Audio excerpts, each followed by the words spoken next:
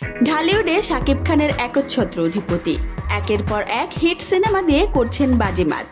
সারা বছরই প্রায় আলোচনায় থাকেন এই অভিনেতা।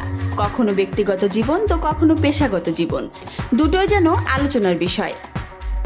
আগেই শোনা গিয়েছিল দেশে ফিরেই নাকি নতুন চমক দেবেন তিনি। তবে এবারের প্রসঙ্গটি আরও উত্তেজনাপূর্ণ। তাণ্ডবের পর নতুন কোনো আনুষ্ঠানিক ঘোষণা না এলেও ঢালিউড মেগাস্টার শাকিব খানের নতুন চরিত্র নিয়ে ইতিমধ্যেই ঢালিউডে শুরু হয়েছে ফিসফাস। যুক্তরাষ্ট্র থেকে অবকাশ কাটিয়ে আগামী সপ্তাহে দেশে ফিরবেন এই অভিনেতা। দেশে ফিরেই নাকি হাতে তুলে নেবেন এক রোমাঞ্চকর সিনেমার স্ক্রিপ্ট, যা শুধু গল্পেই নয়, নাম নিয়েও জমিয়েছে জল্পনা। বিভিন্ন মাধ্যমে খবর ছড়িয়েছে কিং খান নাকি হয়ে যাচ্ছেন মেজর সিনহা।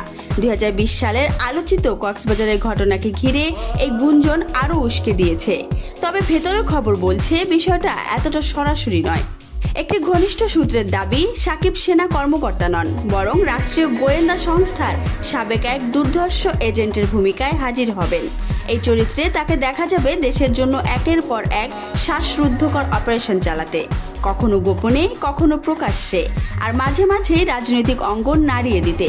কাহিনীতে থাকবে বাস্তব ঘটনার ছোঁয়া, কিন্তু নাটকীয়তার মিশেলে সেটি পরিণত হবে রূপালী পর্দার ঝড় অভিজ্ঞতায়। পরিচালক শাকিব ফাহাদের জন্য এটি বড় বাজির সিনেমা। বিজ্ঞাপন ও টিভি নাটকে হাত পাকানো এই নির্মাতা প্রথমবার বড় পর্দায় শাকিবকে নিয়ে আসছেন এমন এক চরিত্রে, যা হবে দেশপ্রেম, অ্যাকশন ও মানবিক আবেগের এক উপযুক্ত মিশ্রণ। সিনেমাটির শুটিং হবে থাইল্যান্ড ও বাংলাদেশে, আর বলিউড ও দক্ষিণ ভারতের টেকনিক্যাল টিমও যুক্ত থাকবে এই প্রজেক্টে। তবে সিনেমার নায়িকা কে হচ্ছেন তা এখনো চূড়ান্ত হয়নি। শোনা যাচ্ছে ছোট পর্দার এক জনপ্রিয় মুখকে এই ছবিতে দেখা যেতে পারে। তবে এখন দেখার বিষয়, শাকিব কি সত্যিই মেজর সিনহা হয়ে ফিরবেন, নাকি রহস্যময় গোয়েন্দা এজেন্টের নতুন অবতারে ঢালিউডে তুলবেন অ্যাকশনের ঝড়। তবে যেভাবেই হোক, ঢাকায় ছবির এই নায়ক ফিরছেন বড় বাজির খেলায়, আর ভক্তদের অপেক্ষা এখন শুধু প্রথম লুকের।